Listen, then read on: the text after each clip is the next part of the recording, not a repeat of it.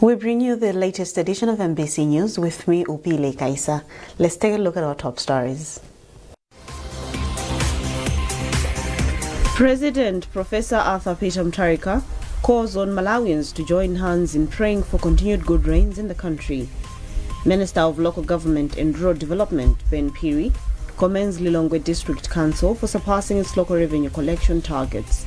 And in sports, Goshen City Desert Dynamos reached the final of the Castell Challenge Cup following a dramatic 4-3 penalty shootout win over Blue Eagles at Kamuzu Stadium in Blantyre.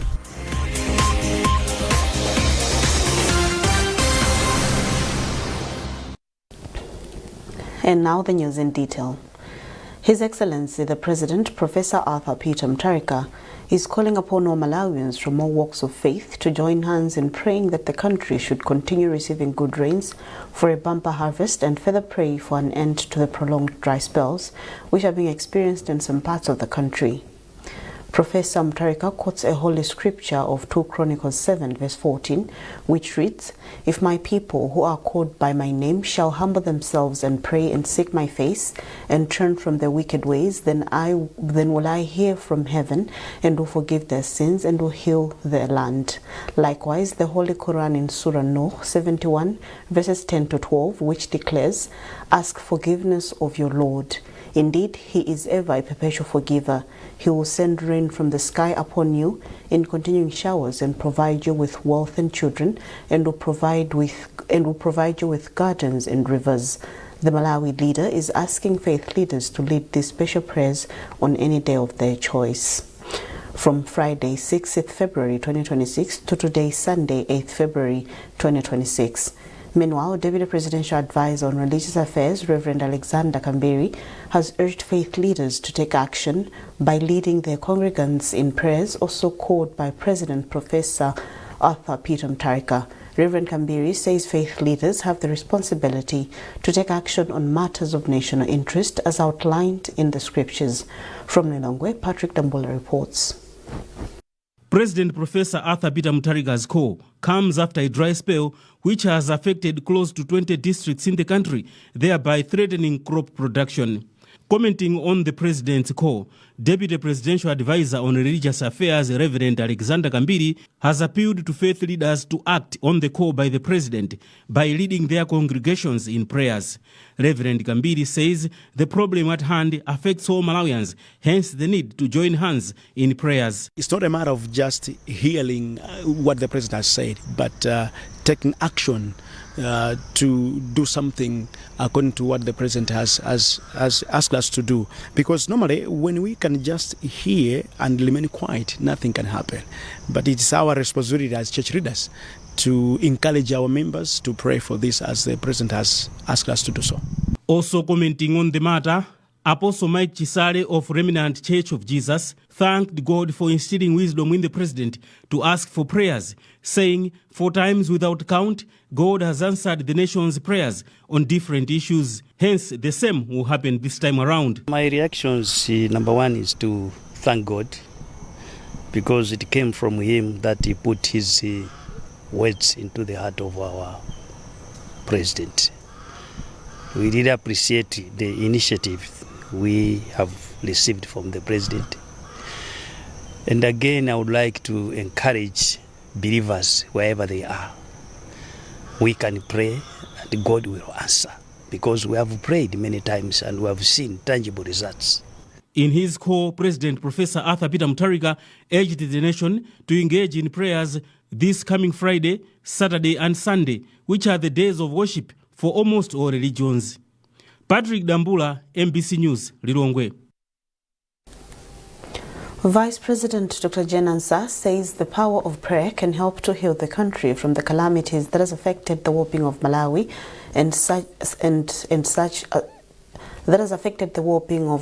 such as drought and flooding. The Vice President made the remarks when she attended prayers at Jesus Christ of Nazareth Pentecostal Church in Manyowe, Blantyre. Simeon Boyce reports.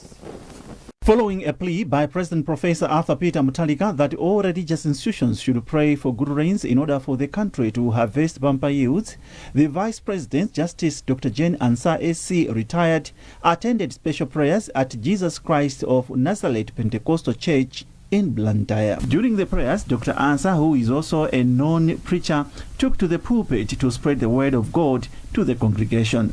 In her sermon, the Vice President said God is the only solution to various challenges that we are facing, such as natural disasters.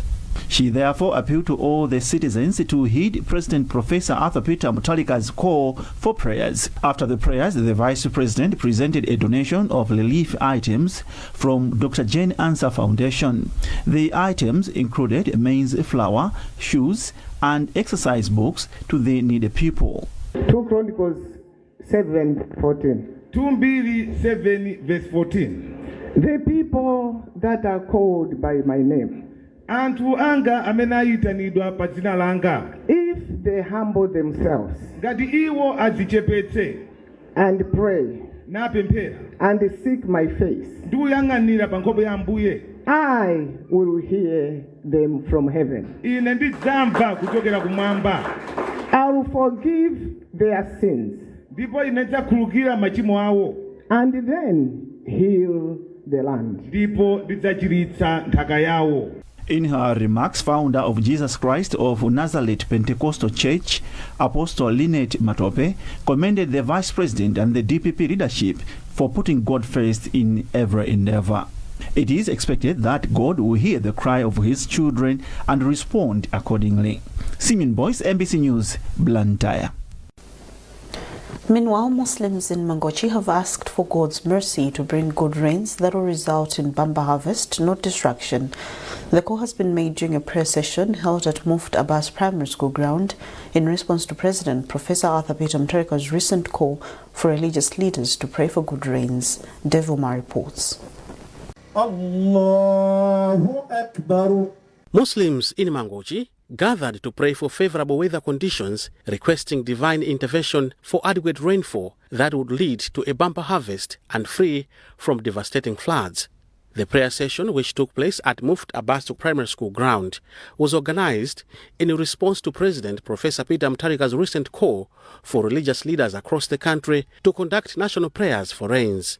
Deputy Presidential Advisor on Religious Affairs, Sheikh Ishmael Ntiko, said the initiative aims to invoke divine favor for favorable rains to sustain agricultural productivity while safeguarding communities from potential flood-related destruction. He said President Professor Arthur Peter Mutarika believes there is power in prayer. Bamene a president ali ndi zinthu zingapo zochuluka zoti alimbane nazo muziko muno, forex, fertilizer ndi zina zotero.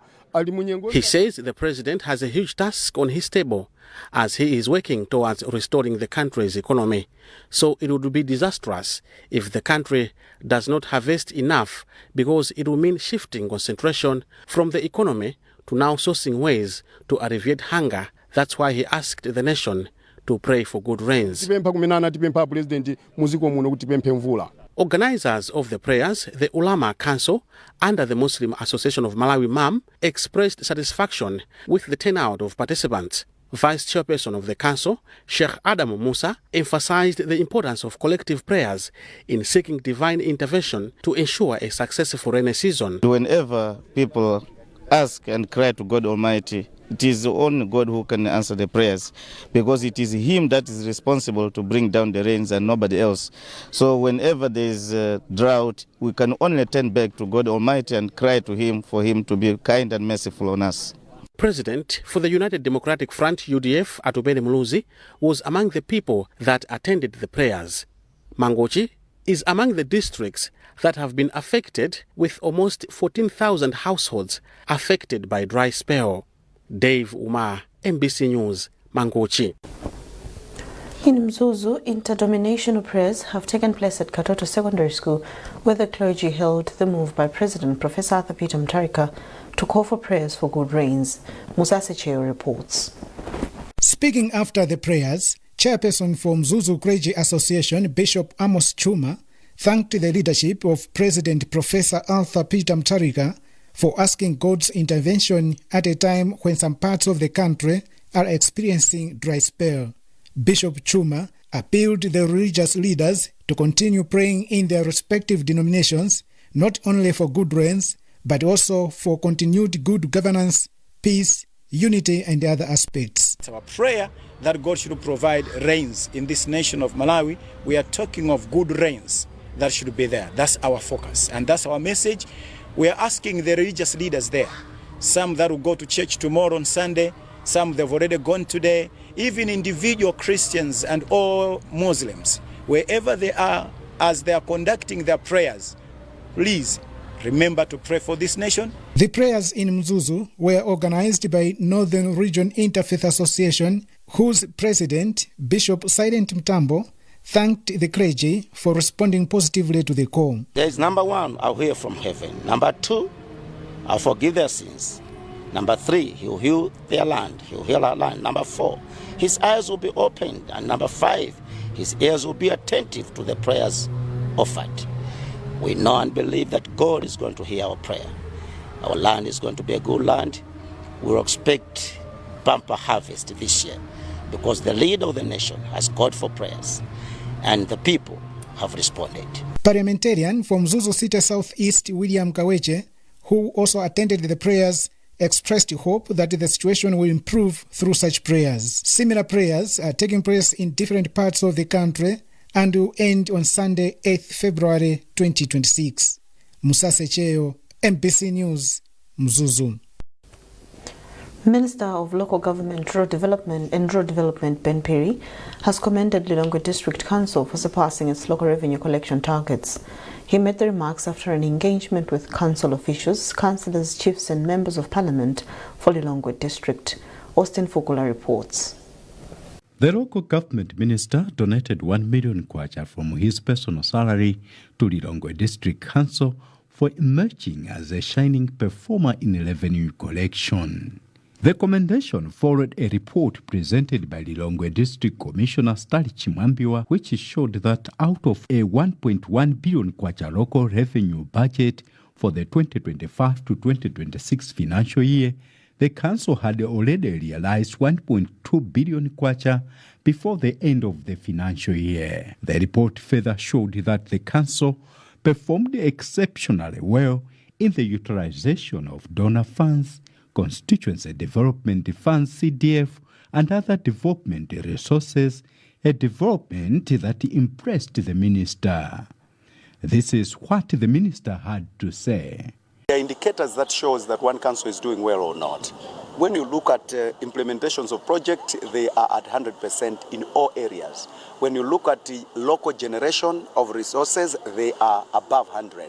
When you look at their human resource vacancies, they have got a vacancy rate of about 43%, but that is not stopping them from moving. When you look at their planning, they have planned beyond what we expect as council. So Lilongwe is a shining example. In a separate interview, Lilongwe District Council Chairperson Sekerani Kansikiri attributed the achievement to strong collaboration among council staff and officials. In a separate engagement, the minister elevated 4 group of village heads, Chibungo, Mambo, Gwirize and Chatondana, to the status of sub-traditional authorities.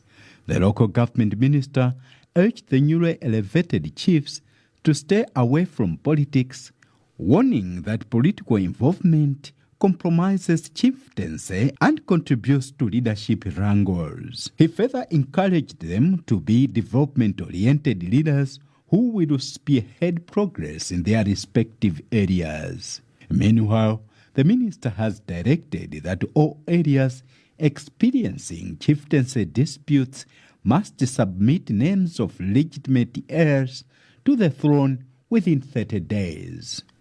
Austin Fukula, MPC News, Lilongwe. This is MPC News. A reminder of our top stories.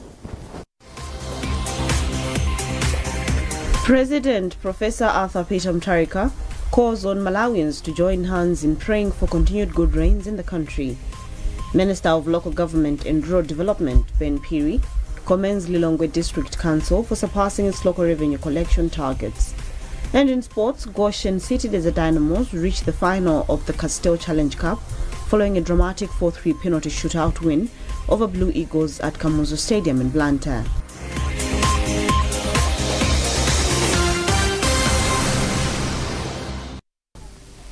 Welcome back. Minister of Natural Resources Patricia Wiskes has emphasized the importance of community engagement in protecting natural resources, including Lake Malawi, a key source of fish and livelihood. She made the remarks in Mangochi during a familiarization tour of fisheries departments under the Department of Fisheries.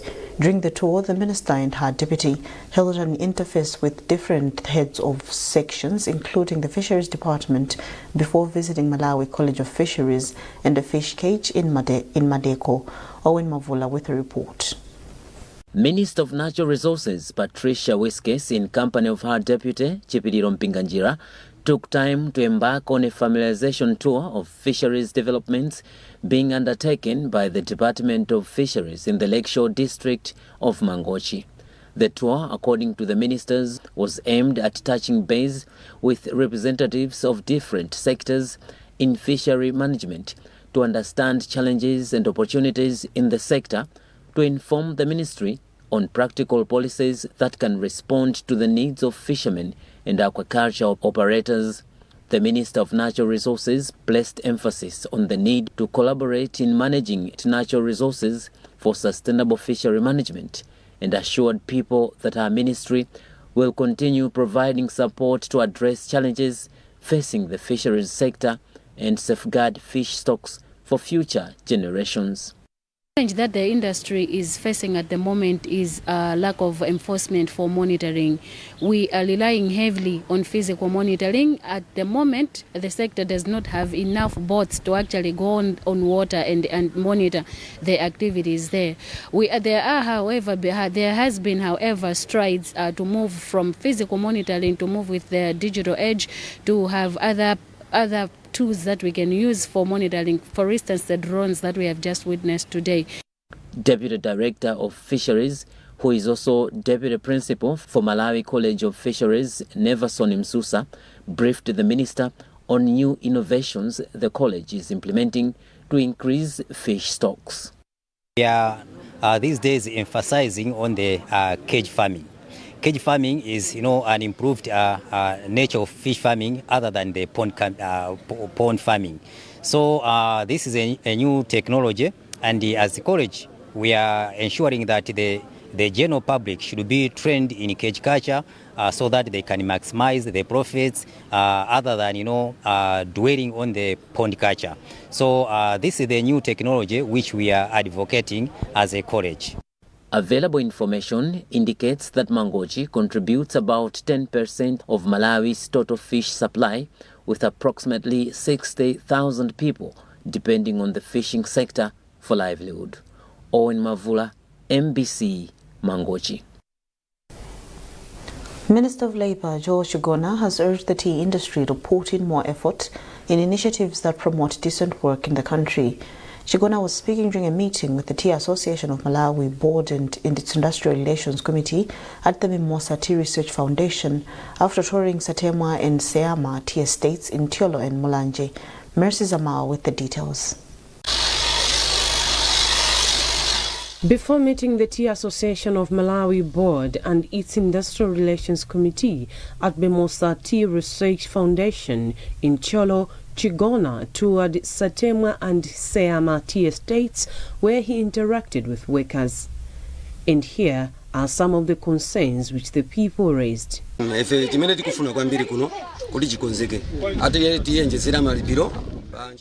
we really want here to improve is a salary increase for the work we do, so that poverty will probably decrease and the taxes that we pay must decrease so that we can make profits. In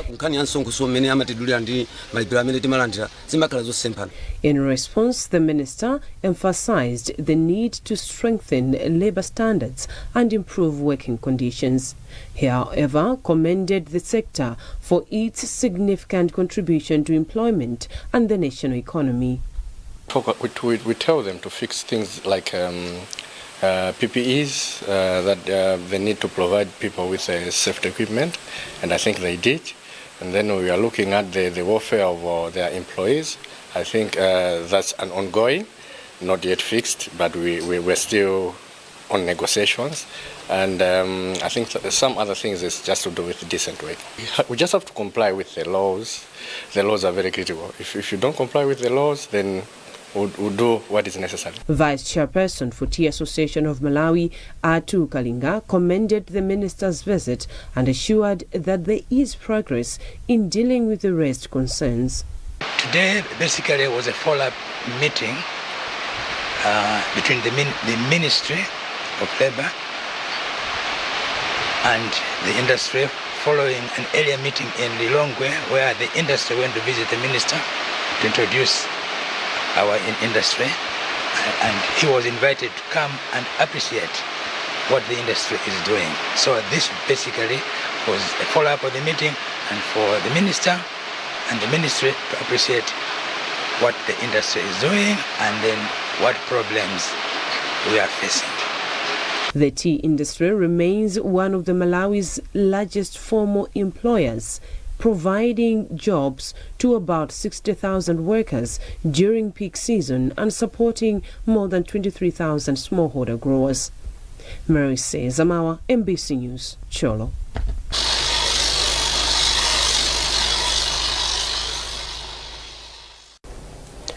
Despite being one of the districts affected by the US aid cut, which has disturbed healthcare and development across the globe, authorities and communities in Neno district remain determined to keep spark of progress in the district glowing. This comes on the back of assurances by Capitol Hill that people should not panic as government has a plan. Our reporter George Banda has the story.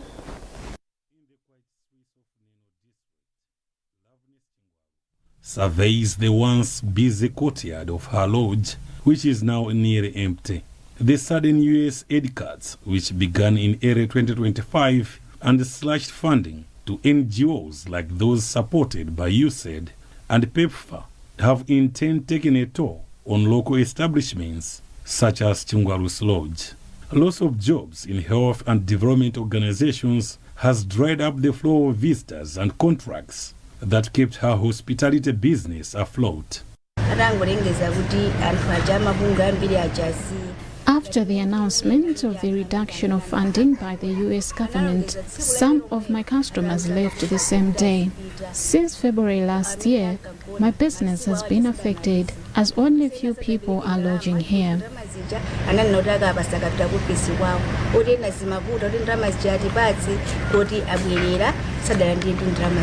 Nearby, Sam Nyambi, who owns a welding shop, says not long ago NGO vehicles and their associated equipment was a common feature at his shop being repaired, but now the jobs have disappeared. For sure, we have been hit by that denouncement of the aid, because we have got so many organizations which now they are saying that they can no longer continue with their projects. We have seen the retrenchment of other workers which have been working under VIH. I think it should be maybe one of the factors. These are effects of broader US foreign aid reductions, which have crippled health and development efforts in districts like Neno, which were reliant on NGO operations. Despite the concerns, Neno District Commissioner Alfred Hauya has offered reassurance to residents that businesses will continue to prosper despite the aid cut, pointing to local resilience and potential government support to fill gaps. I would like to assure people here that, of course, we have heard about this, but people must not be alarmed, because the partners we have at hand are doing everything to make sure that the capacity of the people that they have been working with has been built, so that the continuity of activities that have been happening in the district is assured. Wasmenye Shema, Executive Director of Partners in Health, one of the organizations working in the district, called for collaboration among stakeholders, government and communities to address the gap, especially with these additional gaps that have been created due to these adjustments to the funding mechanisms. It means more health needs that will need to be supported, but it also means a lot more of the patients, the community members will have challenges accessing health services. For Loveness Chingwaru and Sam Nyambi, the road ahead is uncertain, but nonetheless, they remain optimistic that collective action will keep the spark of progress in Neno district glowing. George Banda, MBC News, Neno. And in sports, Goshen City Dynamos have reached the final of the Castell Challenge Cup following a dramatic 4-3 penalty shootout win over Blue Eagles at Kamuzu Stadium in Blantyre. Dedza missed a penalty in the second half before Misio Mhoni scored for the Eagles in the 83rd minute. Gift Magola then equalized for Dedza with the last kick of the match to send the game into post-match penalties. During the shootout, Blue Eagles missed 3 penalties, while Dedza missed 2 and scored 4 to go through. This is the first time for Dedza to reach a final of a major competition and will face the winner between FC Binyasa Big Bullets and Mzuzu City Hammers, who meet this today. The final will be played on 15 February at Bingu National Stadium in Nilongwe. And that item concludes this edition of MBC News this morning. Our top stories before we leave. President Professor Arthur Peter Mutharika calls on Malawians to join hands in praying for continued good rains in the country. Minister of Local Government and Rural Development, Ben Piri, commends Lilongwe District Council for surpassing its local revenue collection targets. And in sports, Goshen City Dynamos reached the final of the Castell Challenge Cup following a dramatic 4-3 penalty shootout win over Blue Eagles at Kamuzu Stadium in Blantyre.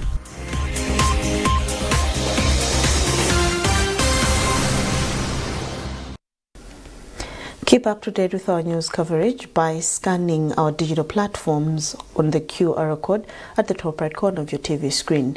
You were with me, Opile Kaisa. Thanks for watching. Good morning.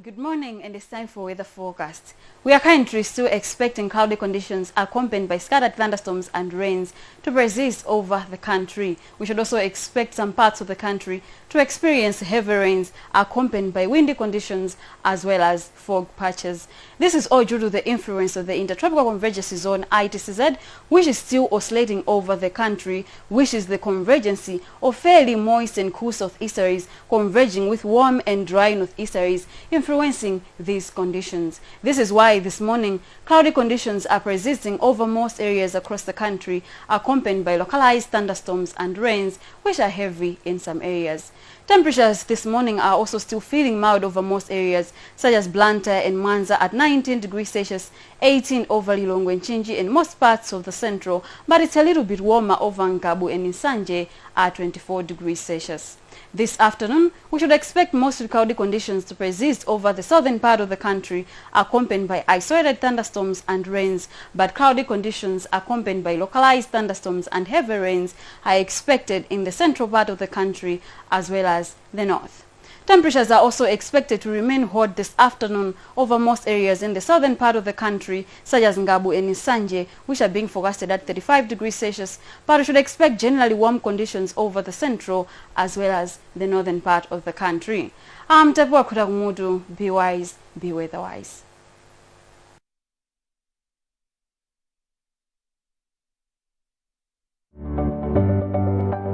Sabara ino mu program ya Woman Talk. Kuletu makolo ena amene tili ndi chisimu cholowera mabanja anatu. Halo, komano kumene kuja uli bwino. Halo, koma mwabu